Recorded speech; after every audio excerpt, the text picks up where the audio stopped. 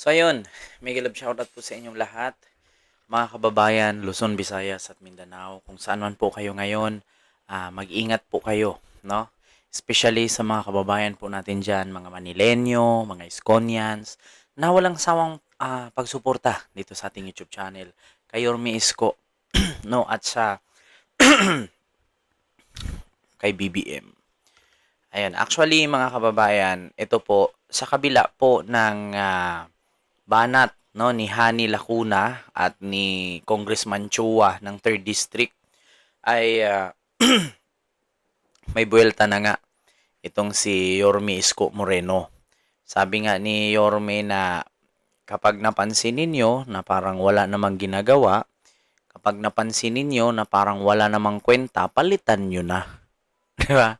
Oo, gusto nyo ba? Oo. Gusto nyo bang bumalik si Yorme? Palitan nyo na. So ito po, mga Iskonians, mga Manlenyo, meron po akong ipapanood sa inyo na video na kung saan po may buwelta si Isko Moreno kay Congressman Chua. Palitan nyo na. Diba? O, ito po, ipapanood ko sa inyong video. Kayo na lang pong bahalang humusga. Ayan, panoorin nyo po.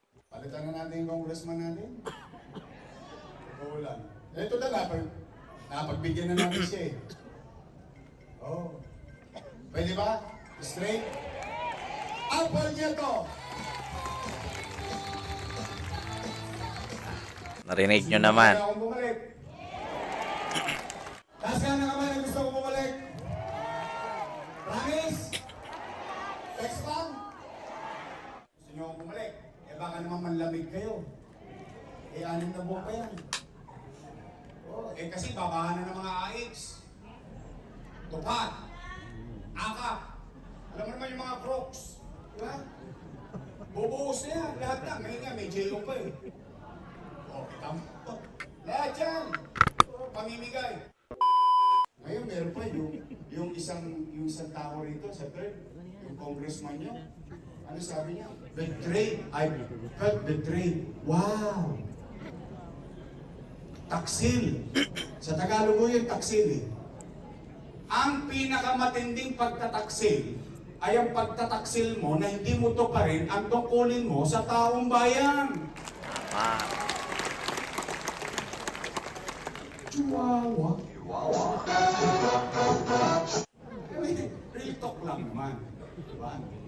Nagugulat ako eh. Dati kapuri-puri sa akin. O lahat ng pagpaparangal, ibinibigay sa akin. Eh sa totoo niya, hindi ko naman sila pinagkaitan ng pagkakataon. Hindi ko naman sila pinagkaitan ng kaalaman. Hindi ko naman sila dinamutan kung paano tumulong sa mamamayan. Lahat sila, lagi kong katabi, sa Wakali, sa Nangka, sa Kodli. Palakpak sila ng palakpak ng araw. Ngayon ako na pinakamasama. Wow! Baby! Chihuahua! Chihuahua! Gusto niyo ba talaga akong bumalik? Wait! Bakit sinacharot-charot nyo lang ako ah? Hindi nga. Taas ka na kamay na gusto ko bumalik. Promise? Text lang? Cross my heart? Mamatay man sila? Ayoko kayong madisgrasya. Kayo kausap ko eh. O sige. ayun. Rinig na rinig nyo po, no? Klarong-klaro po at kitang-kita nyo naman po na sinabi nga ni Yorme Isko Moreno, sinabihan siyang I feel betrayed daw. So ibig sabihin pinagtaksilan daw siya ni Hani, and sabi nga ni Chowa ay traitor daw. Itong si Yorme nagsabi daw na kapag hindi pala rin pagka-presidente ay hindi na daw babalik sa Maynila pagka mayor. Sabi nga ni Yorme, sinagot nga ni Yorme, ang totoong taksil, ayun yung hindi mo gampanan yung tungkulin mo, no, para magserbisyo sa tao. Kaya nga tinatawag sila na mga public servant eh. Ibig sabihin ng public servant, serbisyo sa publiko, magsiserbisyo. Kaya ka tinatawag na mayor kasi public servant ka. Kaya ka tinatawag na city councilor kasi public servant ka. Kaya ka tinatawag na congressman kasi public servant ka. Hindi porkit congressman ka, mayor ka, city councilor ka, or kagawad chairman ka, ay kakatakutan ka ng tao. Dapat ikaw ang matakot sa tao kay public servant kayo. Kung hindi kayo iboto, hindi kayo maluklok dyan sa pwesto kung ano man ang dinanas ninyo ngayon. Di ba? So, bakit si Yorme ang sabihin yung traidor at bakit si Yorme ang sabihin ninyong taksil samantalang kayo naman yung nasa pwesto?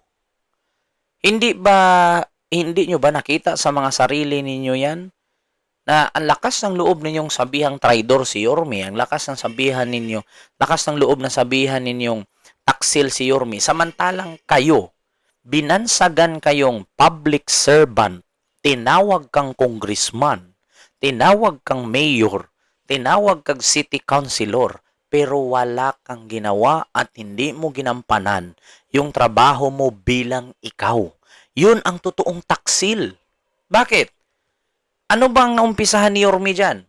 Si Yorme, bago bumaba pagka-mayor, nagpatayo ng kung ano-anong infrastruktura para sa ikakabuti ng bayan na kung saan kayo namuno. Si Yorme, bago lumayas dyan, bago umalis na posisyon bilang mayor, pinatayuan ng hospitals, pinatayuan ng mga schools, pinatayuan ng mga pabahay. Kayo, at take note, 3 years pa lang, isang termino lang yan ginawa ni Isko. Sorry. Isang termino lang yan ginawa ni Isko Moreno. Yung schools, yung pabahay, yung hospitals, yung mga facilities, isang termino lang. In 3 years nagawa ni Isko yan na siya lang mag-isa.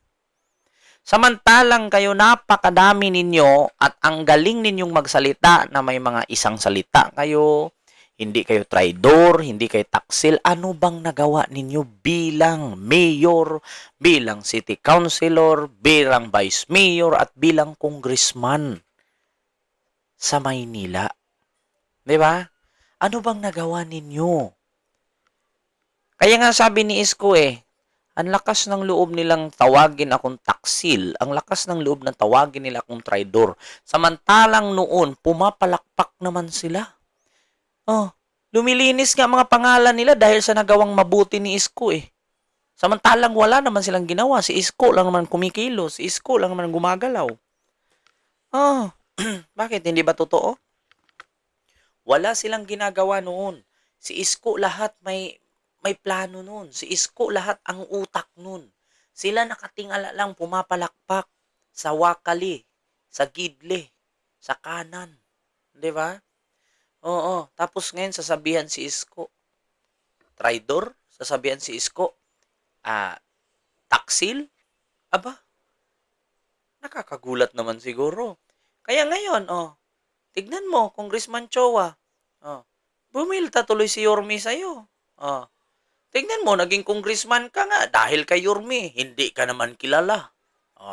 Tignan mo, bumango ang pangalan ninyong lahat dyan sa grupo ni Lacuna nung si Yorme ang nagdala sa inyo. Bakit? Sa tingin nyo ba kung hindi kayo bitbit ni Yorme nung eleksyon, mananalo kay Lopez? Bulbul nyo blue. Talo kayo ni Lopez at the time kung hindi kayo binitbit ni Isko. Yung hilera ni Lopez na yun, shoot kayo sa banga lahat. Hindi kayo mananalo kay Lopez. Dahil kay Isko, nanalo kayo. Tapos sabihin ninyo ngayon, si Isko, traidor, tang ina nyo. Di ba? Kayo nga dapat ang magtanaw ng utang na loob kay Isko Hindi naman kayo kilala. Minsan nga, hindi kita kilala na naging congressman ka, Chowa.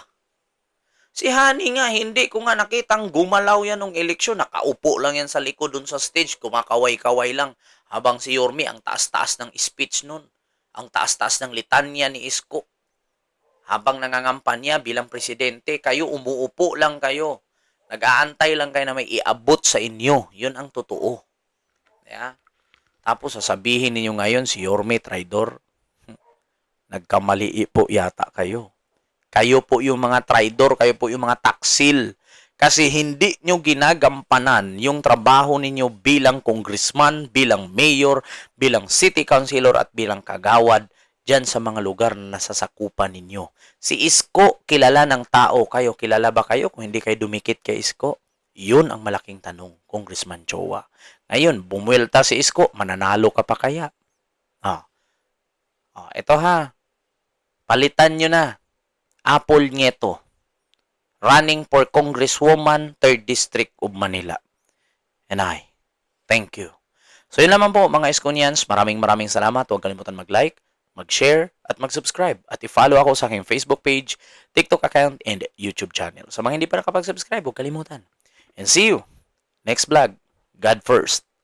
Thank you.